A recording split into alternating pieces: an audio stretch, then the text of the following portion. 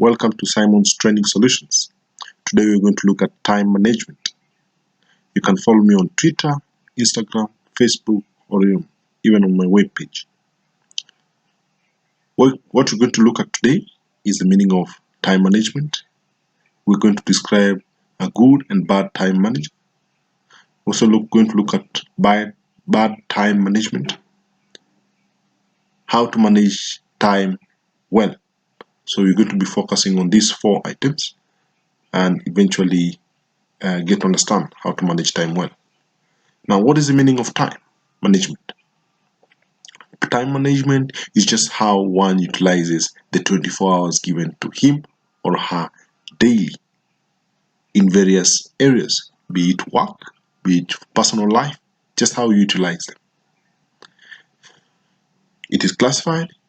If you maximize the use, then you're classified as a good time manager. If you don't, you're classified as a bad time manager. So, what is a good time manager and a bad time manager?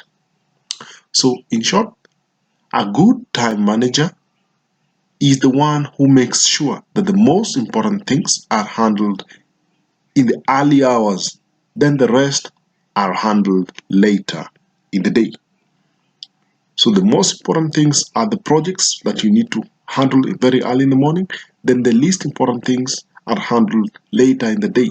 Issues concerning social media and chatting with friends and all that. But a bad time manager usually is a person who starts his day with least important activities, then finishes the day with the most vital activity in a rush without concentration, giving out bad results. Now, what are some of the things that hinder one from being a good time manager?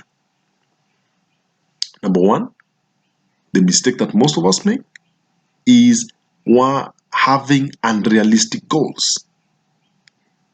Setting huge tasks for us for a day which we cannot accomplish. 2, not setting any priority for the day, not having any daily goals, but just doing anything that will make you achieve your goal, not having set priorities. But 3, assuming that we can remember everything in our heads without writing them down. And that's why I go to number 4, not having a to-do list. For you to achieve a goal, you must have a to-do list. Now, what are the consequences of a bad time management? The consequences are listed down there. Number 1 is missed deadlines. So if you become a very bad time manager, you end up missing deadlines because you started with the least priority and then ended up rushing to accomplish the goal for the day because you started with the least. So you end up missing the deadlines given. Then you end up having inefficient workflow, meaning you're doing things in a rush, then ending up not accomplishing your goals as required. So you end up now skipping some stages just to accomplish the goal, and the end result is not good. Then the next one is poor work quality. Why? Because you're doing your things in a rush. You realize you're out of time and now you're just doing them in a rush and ending up giving the very bad results at the end of the day. Then there's a poor professional reputation and stalled career. So it means generally if you manage your time very bad, then the outlook that will come from the management is that you're an individual who doesn't know how to manage yourself and your time to accomplish the tasks that have been given by line managers, and it brings down your reputation. And eventually when it brings down your reputation because of that bad character, then you end up even losing your job, which is a very bad thing.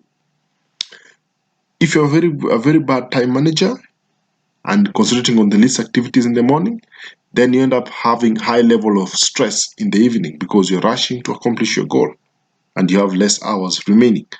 So these are some of the consequences of a bad time management.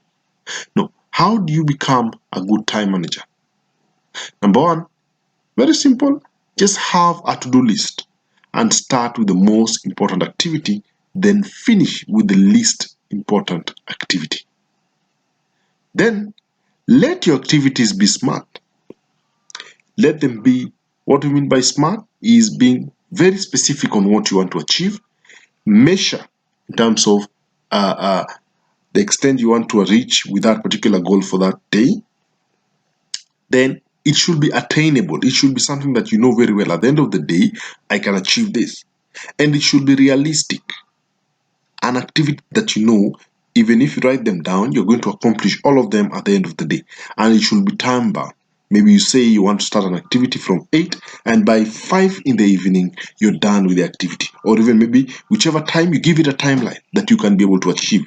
Even a month, a week, a year, you just give it. That's what we call specific, smart goals.